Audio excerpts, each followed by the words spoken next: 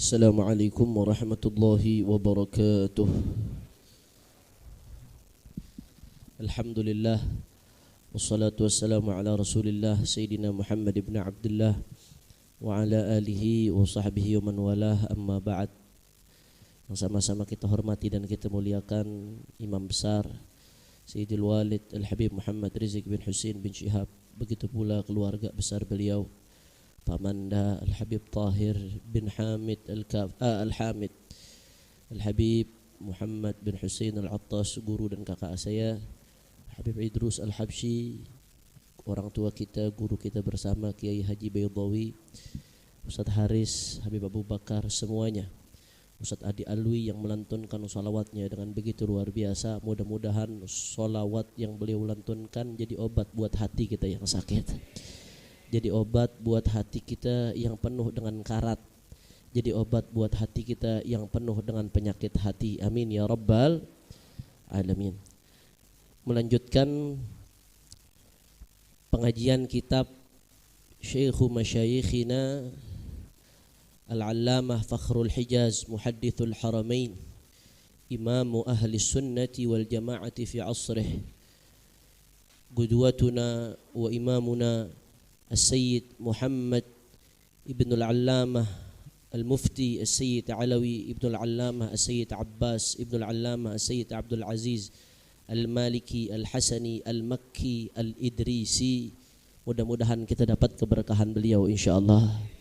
Kalau omongan saya ceramah, mungkin yang saya sampaikan bisa benar, bisa salah. Omongan saya belum tentu ada berkahnya, mungkin hati saya kurang ikhlas, hilang keberkahannya omongan saya. Tapi kalau kita baca kitab begini, baca kitabnya Abuya, udah jelas orang saleh, wali besar, guru dari semua ulama di Jakarta, insya Allah sudah pasti ada keberkahannya buat kita semua. Amin ya rabbal. Kita lanjutkan, masih membahas hal-hal yang berkaitan dengan takfir. Ini panjang sekali pembahasannya karena yatarattab ala dzalika umur. Golongan-golongan yang gampang mengkafirkan kelompok lain ini ada banyak masalah di bawahnya yang menjadi rancu gara-gara prinsip takfir, gampang mengkafirkan sesama muslim. Di antaranya masalah bid'ah. Sering dengar apa kagak? Sering kita dengar, walaupun belakangan udah agak reda, betul? Wabil khusus sepenjak 212 alhamdulillah udah agak reda. Alhamdulillah, berkat Al-Quran dan berkat perjuangan para ulama, wabil khusus imam besar Sayyidil Walid Al-Habib Muhammad Rizik bin Husain bin Syihab, matta'anallah bituli hayatihi syarifah.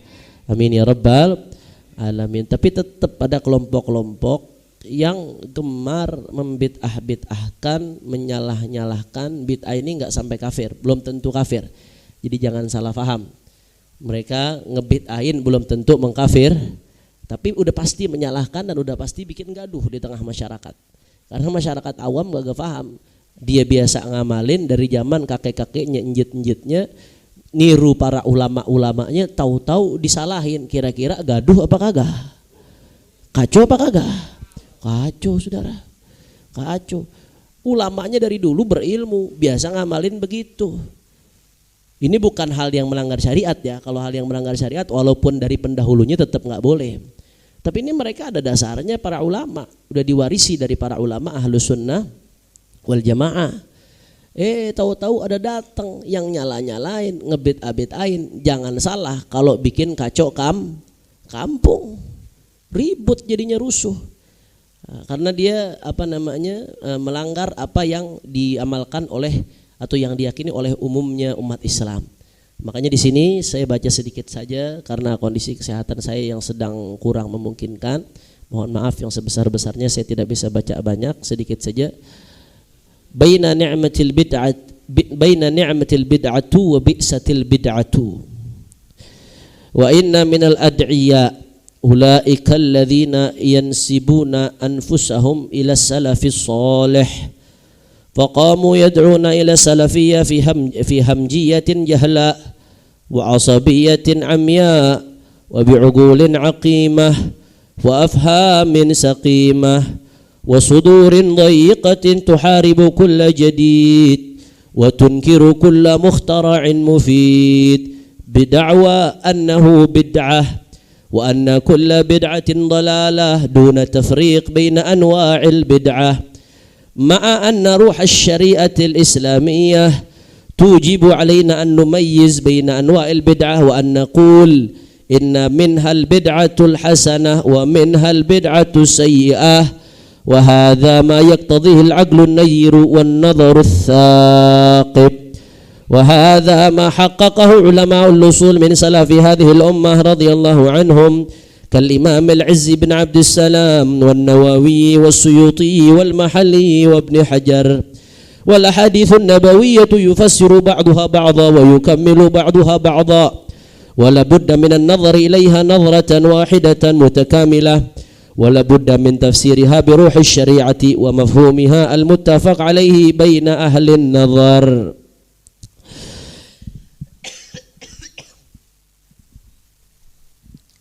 Di sini Abuya Said Muhammad sebelumnya saya sudah jelaskan bulan lalu, menjelaskan tentang orang-orang yang ad'iyah, tukang ngaku.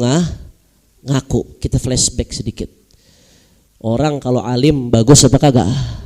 Bagus. Tapi kalau ngaku-ngaku alim jelek. Orang kaya bagus apa kagak? Kalau kekayaannya dipakai buat cari ridho Allah, tapi kalau ngaku-ngaku berasa kaya, bagus apa kagak? Jelek. Apalagi orang tinggi derajatnya di sisi Allah, bagus atau tidak? Mudah-mudahan semua yang di sini ditinggikan derajatnya di sisi Allah. Tapi kalau merasa tinggi, bagus atau tidak? Jelek. Nah, ini yang kemarin Abuya bahas. Kullun yad'i waslan bilaila, saya ulang sedikit, wahya la tuqirru lahu bidzaka. Wahya la tuqirru lahu wisalah. Semuanya ngaku udah dapat hatinya Laila. Semuanya ngaku sudah bisa mendapatkan cintanya Laila. Semuanya ngaku sudah bisa mendapatkan daripada diri Laila. Tapi ternyata enggak ada satupun yang diakuin sama Laila. Kayak modelnya pemimpin ngakunya mensejahterakan rakyat, padahal rakyat miskin. Mensejahterakan rakyat bagus atau tidak? Tapi ngaku-ngaku mensejahterakan rakyat, bagus atau tidak? Jelek, saudara. Waduh, ada ngomong tuh. Kacau, ngaku-ngaku tuh namanya ngaku-ngaku udah kagak bagus dah. Orang jadi Habib, anugerah dari Allah. Begitu lahir udah Allah jadiin Habib. Habib itu nggak bisa daftar. Saya ingat dulu zaman mondok ada satu anak kecil polos, woton nih orang Indonesia. Kalau pakai bahasa habaib zaman dulu akhwal. Akhwal itu jangan salah paham, bukan bahasa penghinaan. Akhwal itu adalah bentuk plural, bentuk jamak dari khol. Khol itu artinya paman. Jadi habaib kalau nyebut orang yang asal usulnya Indonesia dari nenek-nenek moyangnya, akhwal itu bukan, pertama habaibnya yang menyebutkan dengan nada merendahkan, habibnya salah. Yang kedua, kitanya jangan salah paham. Itu adalah panggilan kehormatan. Kenapa? Karena dulu habaib-habaib datuk-datuk kita waktu datang nggak bawa istri. Akhirnya nikah sama wataniyah, perempuan-perempuan Indonesia.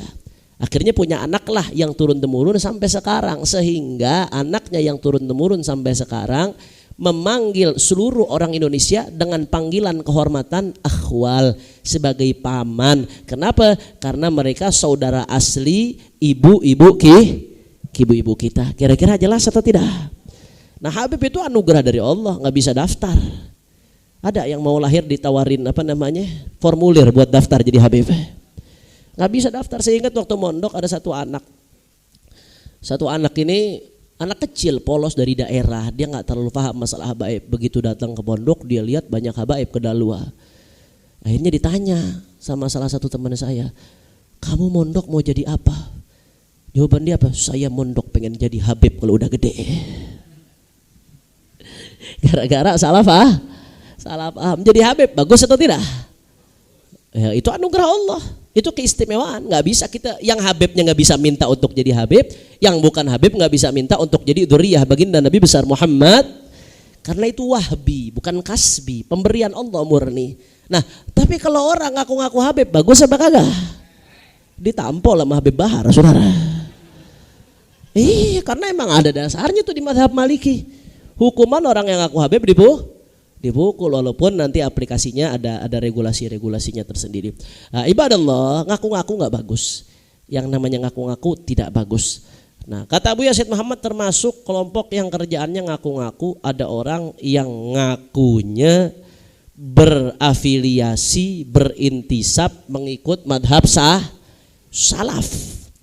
Generasi alaikum bisunnati wa sunnatil khulafa ar-rasyidin al-mahdiyyin min ba'di addu alaikum bin nawajid. Ulama beda-beda dalam menafsirkan apa yang dimaksud dengan salaf. Tapi salah satu penafsirannya merujuk kepada hadis khairul qurun qarni thumma alladhina yalunhum thumma alladhina yulunhum. Generasi terbaik kata Nabi adalah generasiku. Itu generasi Nabi, generasi salaf, generasi sahabat radhiyallahu taala anhu arda. Yang kedua, tsummal ladzina yulunhum, kemudian yang setelah generasiku. Berarti generasi apa? Tabi'in. Kemudian yang setelah generasi tabi'in, berarti generasi tabi'in, banyak tabi'in, Saudara. Itulah sebagian ulama atau banyak ulama mengatakan generasi salaf ini 3 ini. Nah, ini ada kelompok yang ngotot banget bilang kami ikut generasi salaf. Kami merujuk kepada Al-Qur'an dan Sunnah. Makanya kami pegang teguh firman sabda baginda Nabi Muhammad SAW, kullu bid'atin dhalalah wa kullu dhalalatin finnar. Setiap yang bid'ah itu sesuatu yang baru, sesat. Setiap yang sesat masuk neraka. Tanya balik, muke lo baru apa kagak? Muke lo masuk neraka. Wah, ngotot banget tuh, di mana-mana dibawain tuh hadis. Padahal Saudara, ternyata mereka ngaku pengikut salaf, cara mereka memahami hadis tersebut nggak sesuai dengan ulama salaf. Ulama salaf itu fi tabi'atihim al-qawaid al-lughawiyah bi tariqis sajiyah. Ulama salaf itu tanpa mereka belajar usul fiqih, tanpa mereka belajar bahasa, sudah otomatis mereka paham bahasa. Saya kasih tahu. Dulu di zaman Nabi Muhammad SAW atau sebelum zaman Nabi, ada nggak ilmu nahwu? Nggak ada. Ilmu nahwu nggak? Padahal ilmu nahwu itu ilmu yang dipakai untuk menyusun kata-kata bahasa Arab dengan benar. Itu ilmu nahwu. Supaya nggak salah susunannya. Fa'il di mana, posisinya seperti apa, maf'ul di mana, fi'il bagaimana, maf'ul min ajlih posisinya di mana, istithna kayak apa. Itu ilmu nahwu. Tapi generasi Nabi dan sebelum Nabi, walaupun mereka nggak tahu ilmu, nggak belajar, nggak ada ilmu nahwu secara satu ilmu yang utuh, tapi kita mengintisarikan ilmu nahwu dari lisan mereka. Mereka bicaranya tidak ada satupun yang meleset dari kaidah nahwu, Saudara. Bahkan kaidah nahwu dilahirkan dari meneliti kalam mereka. Saya kasih contoh. Ada 500 orang Arab diteliti. Zaidun qaimun, dalam ilmu nahwu zaid itu adalah mubtada, qaimun adalah khobar. Zaid mubtada marfu pakainya dun. Kalau dibaca zaidin qaimin secara zahir tidak benar. Atau dibaca zaidan qaiman ketika posisinya mubtada tidak benar. Bacanya yang benar harus zaidun qaimun. Khobarnya juga begitu, harus qaimun, enggak boleh qaiman, enggak boleh qaimin. Kalau enggak ada amil di depannya. Kana wa akhwatuha, inna wa akhwatuha, dhanna wa akhwatuha. Kalau enggak ada enggak boleh. Kana zaidun qaiman enggak boleh. Zaidun qaiman enggak boleh. Kalau pakai kana baru kana zaidun qaiman. Walhasil dulu orang Arab belum ada ilmu nahwu. Ilmu nahwu secara disiplin ilmu belum ada. Tapi mereka kalau ngomong semuanya zaidun qaimun, enggak ada yang ngomong zaidan qaiman. Enggak ada yang ngomong zaidin qaimin, enggak ada. Ngomongnya zaidun qai. Justru ulama nahwu menyimpulkan dari lisan mereka. Oh, namanya istiqra. Ilmu yang dilakukan dengan penelitian, bin naqal. Oh, orang Arab ini semuanya kalau baca kalimat yang di awal di depannya enggak ada amil, maka dibacanya marfu. Berarti mubtada hukumnya rofa. Keluarlah hukum nahwu gara-gara memerhatikan kalamnya orang Arab. Keluarlah hukum khobar itu marfu gara-gara melatihin kalamnya orang Di zaman Sayyidina Ali bin Abi Thalib, baru Abu Aswad ad-Du'ali disuruh sama Imam Ali bin Abi Thalib, unhu hadzan nahwa. Disuruh nyusun tuh nahwu. Habis itu baru dikembangkan sama Imam Sibawi, sama Imam Khalil dan seterusnya sampai lahir Madrasah Kufah dan Madrasah Basrah. Nah, itu nahwu prosesnya. Begitu juga ilmu usul fiqh. Kalau ente ngikutin ulama salaf, ente mesti paham bagaimana cara ulama salaf memahami nas-nas hadis. Bagaimana, ini agak berat dikit pemahamannya. Kira-kira paham atau tidak deh? Ini pembahasannya agak berat dikit, butuh fokus. Pembahasan kelas anak pesantren, insya Allah semuanya paham dan berkah insya Allah. Amin ya rabbal. Nah, kalian wahai para Wahabilah anak katakan, karena dinisbatkan kepada Muhammad bin Abdul Wahab. Nggak perlu marah, dibilang Wahab memang fakta kok. Orang dinisbatkan kepada Imam Muhammad bin Hambal aja dibilangnya Hambali, padahal Hambal itu ayahnya. Kenapa dinisbatkan kepada Muhammad bin Abdul Wahab marah dikatakan Wahabi? Memang Wahabi saudara, harus mengakui itu dia. Nah, saudara ibadallah, Allahumma sholli ala Muhammad. Nah, mereka kalau ngaku ikut ulama salaf, mereka juga mesti ikut bagaimana cara ulama salaf memahami nas-nas hadis. Ulama salaf itu dalam memahami nas hadis, mereka itu walaupun nggak belajar usul fikih baru ada di zaman Imam Syafi'i, baru dibukukan oleh Imam Syafi'i. Nama kitabnya Ar-Risalah wa huwa alladzi lahu ibtida'un dawwana dalam Mandhumatul Waraqat. Imam Syafi'i yang pertama mentadwin, mengkupu. Bukan berarti nggak ada usul fikih sebelumnya. Ulama-ulama mujtahid sebelum Imam Syafi'i, Imam Abu Hanifah, Imam Malik, semua mereka berijtihad punya kaidah usul fikih dalam memahami nas. Tapi ulama-ulama sahabat walaupun belum ada ilmu usul fikih di zaman mereka secara yang terbukukan secara utuh, mereka ketika memahami hadis Nabi udah otomatis pakai usulul fikih, karena usul fikih udah mengalir di darah mereka, karena usul fikih itu banyak kan diintisarikan dari bahasa Arab. Makanya ulama-ulama salaf ketika memahami hadis kullu bid'atin dhalalah, mereka tahu bahwasanya yang namanya kullu bid'atin, kullu dalam ilmu usul fikih itu namanya am. Lafaz yang bersifat umum, general, kullu semuanya nggak dikecualikan, besar, kecil, bid'ah dunyawiyah, ukhrawiyah, bid'ah hasanah, bid'ah sayyi'ah nggak dikecualikan. Nabi ngomongnya kullu bid'atin dhalalah, semua yang namanya bid'ah, sesuatu yang baru itu adalah ini kalau dipahami mentok begini bahaya luar biasa saudara. Bahaya luar biasa kalau dipahami mentok gini. Ngotot. Oh, Nabi Muhammad bilang semua bid'ah sesat. Kok ente pakai ngebeda-bedain? Ada bid'ah hasanah, ada bid'ah sayyi'ah. Nabi Muhammad bilang semua bid'ah sesat. Kok ulama-ulama sufi ngebeda-bedain? Mereka bilang begitu. Ente lebih pintar dari Nabi. Saudara, para ulama bukan melanggar Nabi, tapi mereka memahami hadis dengan cara yang benar. Ada kaidah di dalam memahami hadis. Lafaz yang umum, ma min amin illa wa yukhassas. Umumnya lafaz yang bersifat am, maka cakupannya dispesifikasi, dikecilkan cakupannya. Contoh masalah bid'ah. Bid'ah itu hadisnya bersifat am, ternyata ada hadis lain yang menjelaskan.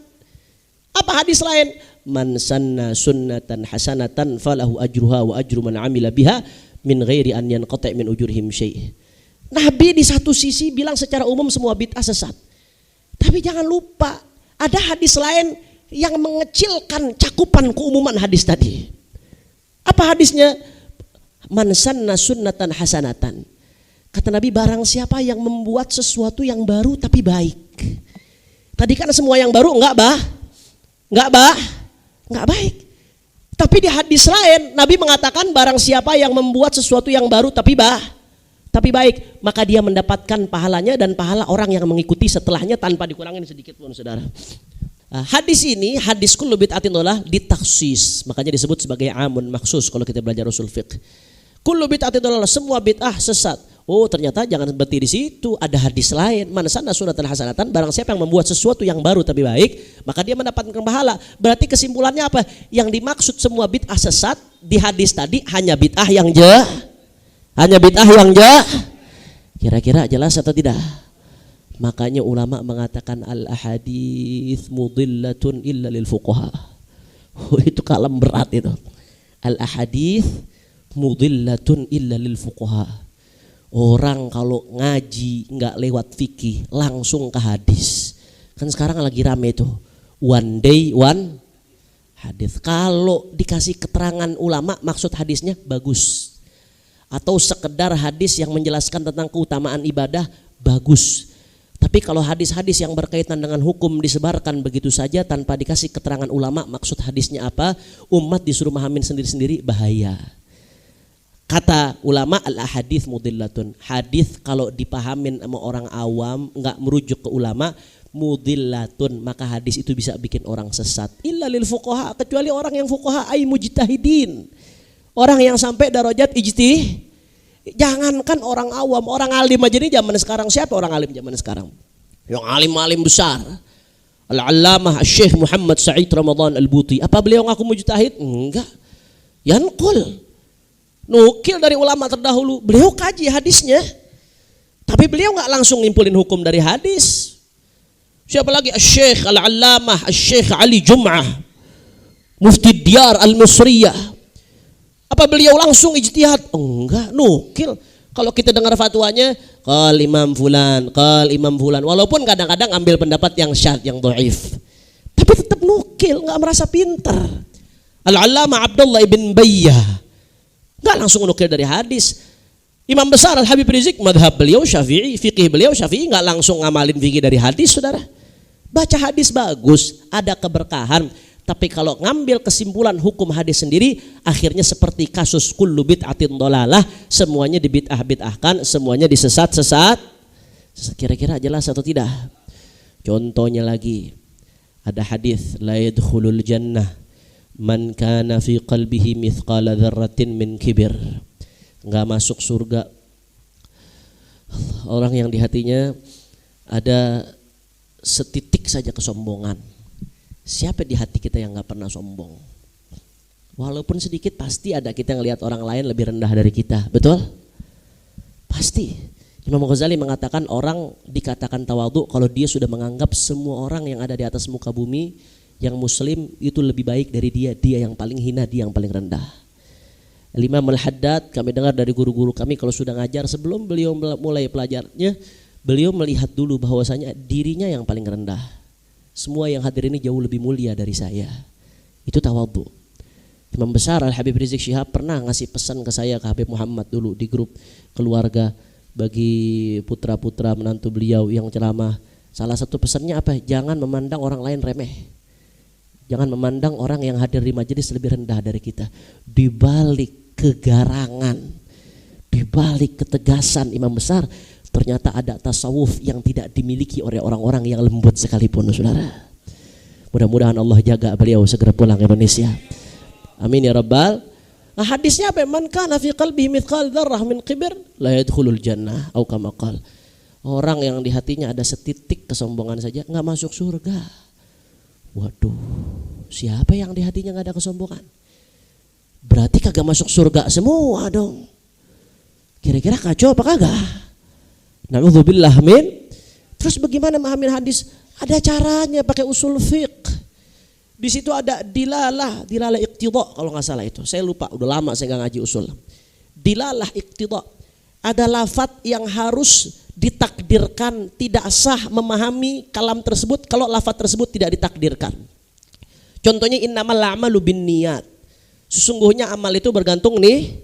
Saya mau tanya, andai kita kagak sholat, andai kita sholat kagak niat, surah gambaran sholatnya ada atau tidak?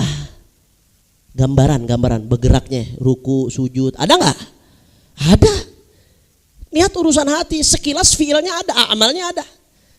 Tapi Nabi bilang innamal a'malu biniat, sesungguhnya amal bergantung sama nih. Nah, ulama akhirnya beda-beda penafsiran di sini. Sebagian ulama usul fiqh termasuk madhab Syafi'i mengatakan innama sihhatul a'mal. Maksud hadisnya adalah innama sihhatul a'mal. Sesungguhnya sahnya amal bergantung sama nih. Kalau nggak ada niat, amalnya ada, tapi kagak sah. Jadi mesti ditakdirkan hadis itu. Nggak bisa kalau kita sekilas ngamin hadis doang, mana bisa nakdirin begitu kalau nggak ngaji usul fikih. Nggak sampai tingkatan ijtihad, saudara. Madhab Hanafi menafsirkannya lain lagi. Innama kamalul a'mal binniyat. Sesungguhnya kesempurnaan amal itu bergantung sama nih. Makanya menurut madhab Hanafi kalau wudu kagak wajib nih. Wudu nggak wajib niat menurut madhab Hanafi. Kenapa? Karena dasarnya Imam Syafi'i itu innamal a'mal binniyat. Imam Syafi'i memandang maksudnya kesahan amal itu bergantung niat. Tapi Imam Hanafi mengatakan oh enggak, di situ bukan sahnya amal tapi sempurnanya amal. Kalau enggak pakai niat wudunya tapi sholat tetap Imam Hanafi mengatakan wajib niat. Saya enggak tahu, mungkin dia punya dalil lain, Saudara. Tapi kalau urusan wudu Imam Hanafi mengatakan enggak wajib niat. Tapi lebih sempurna kalau pakai nih. Kira-kira jelas atau tidak? Nah, hadis la yadkhulul jannah man kana fi qalbihi mithqala dzarrah min kibr. Enggak masuk surga orang yang di hatinya ada kesombongan. Bagaimana cara memahami hadis ini? Apa semuanya otomatis enggak masuk surga? Oh, enggak. Kata ulama la yadkhulul jannah duhulan awwaliyan. Masuk surganya kagak langsung, dibakar doh. Kalau lihat hadis tadi kan gak masuk surga sama sekali. Padahal Allah bilang, Nabi bilang, orang selama beriman biar kata dosanya bagaimana asal mati dalam keadaan iman, maka dia akan ujung-ujung masuk surga. Kalau ngelihat hadis tadi gak akan masuk surga. Sama ulama dikombinasikan. Nah, ternyata maksudnya di sini dia tidak masuk surga duhulan awalian. Dihisap dulu kalau di dunia belum dimaafkan oleh Allah Subhanahu.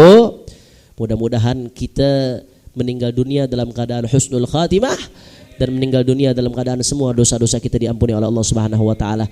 Jadi demikian memahami hadis kullu bid'atin dhalalah enggak bisa dipahami secara serampangan, enggak bisa dipahami pakai keras kepala, tapi harus dipahami dengan ilmu. Itulah cara salaf. Mereka yang ngebid'ah-bid'ahin orang dengan dalil ngikutin salaf pakai hadis kullu bid'atin dhalalah, pada hakikatnya mereka hanya ngaku-ngaku ngikutin ulama sah. Kira-kira jelas atau tidak? Saudara, sebelum ditutup, nanti kita minta habis ini ada yang muterin sunduk atau sorban, kita bantu saudara-saudara kita yang jadi korban banjir. Saya kemarin keliling beberapa hari di beberapa titik di Jakarta, di Tangerang, di Ciledug, di beberapa tempat. Kemarin terakhir di Lebak, keadaannya luar biasa, Saudara. Walaupun di kebanyakan titik sudah surut, tapi korban-korban yang terkena dampak masih sangat banyak. Di daerah Bidara Cina itu rumah tenggelam total, barang-barang nggak ada sisa, rusak semua, Saudara. Bayangkan kalau yang punya duit, kalau yang nggak punya duit bagaimana pusingnya? Nah, mereka butuh bantuan kita. Baju habis, mereka butuh bantuan kita. Belum lagi yang di Lebak. Saya kemarin ke Lebak itu berdasarkan keterangan dari Buya Qurtubi, di Lebak itu saya nggak bicara rumah yang rusak, nggak, rumah yang hancur, yang keseret air 2000 rumah, Saudara, di Lebak. Yang mati sampai sekarang yang ditemukan 8 atau 7 gitu. Prediksi para relawan masih banyak di atas itu karena mayat-mayat tertimbun tanah, sulit untuk dievakuasi. Saya kemarin bersama Ustadz Haris berangkat ke sana nyampaikan bantuan mewakili DPP FPI. Keadaannya sangat memprihatinkan sekali. FPI Banten harus memasak nasi sehari 2 ton, Saudara, untuk dibagikan kepada para pengungsi. Pengungsi nggak tahu mereka sampai kapan bisa ngungsi karena rumahnya hancur. Mau balik kemana? Nggak tahu sampai kapan. Pengeluaran beras 2 ton itu tidak sedikit, butuh bantuan.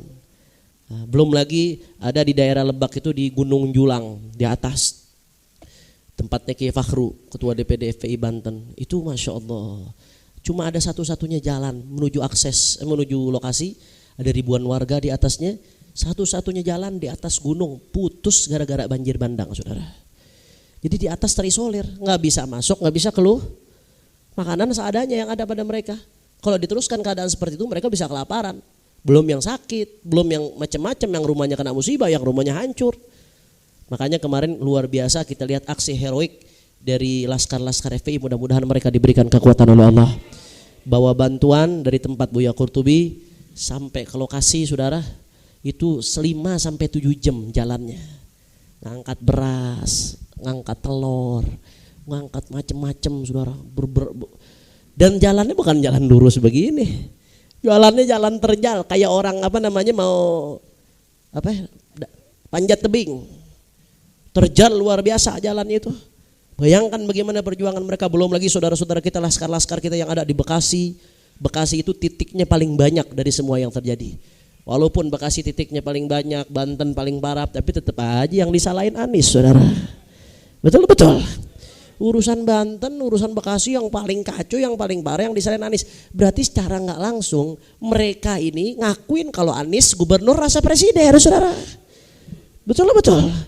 Iya, yang disalahin Anies terus, kesian. Mudah-mudahan beliau diberi kekuatan oleh Allah Subhanahu Wa Taala. Padahal penanganan banjir di Jakarta relatif sangat cepat. Saya waktu hari kedua itu udah pada surut.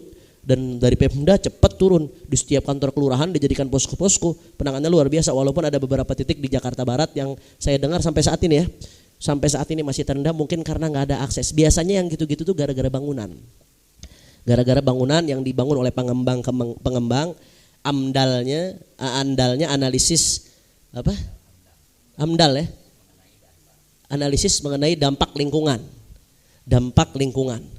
Nah, itu kan kalau mau bangun gitu mesti pakai AMDAL. Tapi biasanya kalau yang pengembang yang jahat yang cuma mikirin duitnya doang, itu dimanipulasi, saudara. Banyak itu terjadi. Saya ingat dulu mau dibangun laundry waktu saya masih kecil di Kampung Baru di rumah saya di perumahan. Nggak boleh ada laundry gede, laundry yang buat jeans. Itu mesinnya besar-besar. Abah saya waktu itu termasuk yang ngotot untuk nolak. Allah yarhamu. Didatengin preman-preman sama mereka. Abah saya di FPI berani. Emang dari awal orangnya udah berani abah saya. Yang lain tetangga didatangin preman, ciut semua, saudara. Akhirnya lolos. Karena dimanipulasi. Itu banyak terjadi. Orang yang di lapangan itu tahu seperti itu. Nah, biasanya seperti yang terjadi di Tangerang itu kemarin, Parung Panjang sampai Parung Jaya, saya lupa tempatnya. Ada di YouTube itu, pecinta Habib Rizik ngupload itu waktu malam-malam saya ke situ terakhir itu, udah berapa hari masih sedada, saudara. Air nggak bisa ngalir kemana-mana, udah mandek aja. Kenapa? Ternyata akses buat airnya di sampingnya ada bangunan-bangunan besar. Yang jadi korban yang kaya makin kaya, yang miskin makin yang susah makin susah, yang senang makin Mudah-mudahan kita doakan yang pertama para laskar, para relawan, para donatur, para dermawan, para jawara, semuanya yang turun tangan mengorbankan hartanya, bahkan jiwanya, bahkan yang mengorbankan waktunya tanpa dibayar sedikit pun, 24 jam mereka bekerja. Mudah-mudahan mereka dilindungi oleh Allah Subhanahu wa taala. Mudah-mudahan mereka diberikan kekuatan oleh Allah Subhanahu wa taala. Mudah-mudahan sebagaimana di dunia mereka bantu saudara-saudaranya, di akhirat mereka mendapatkan syafaat Nabi Muhammad. Amin ya rabbal. Mudah-mudahan Allah angkat bala dari negeri kita. Allah angkat bala dari Indonesia. Allah angkat bala dari Jakarta. Amin ya rabbal. Nah, kita minta gosidah kemudian dilanjutkan dengan sunduk, ada yang muter. Keluarkan donasi terbaik kita. Wallahu fi aunil abdi madamal abdu fi auni akhi. Ketika kita nolong saudara kita, pada hakikatnya bukan kita nolong dia, tapi kita sedang mancing pertolongan Allah untuk bisa kita ditolong sama Allah. Karena Nabi Muhammad janji yang nolong saudaranya ditolong oleh Allah. Jadi bukan mereka yang butuh pertolongan kita. Kalau kita mau pakai mata hakikat ya, bukan mereka yang butuh pertolongan kita, tapi kita yang butuh nolong mereka supaya kita dapat pertolongan Allah. Ini saja dari saya. Keluarkan donasi terbaik kita. Wal afu minkum. Wassalamualaikum warahmatullahi wabarakatuh.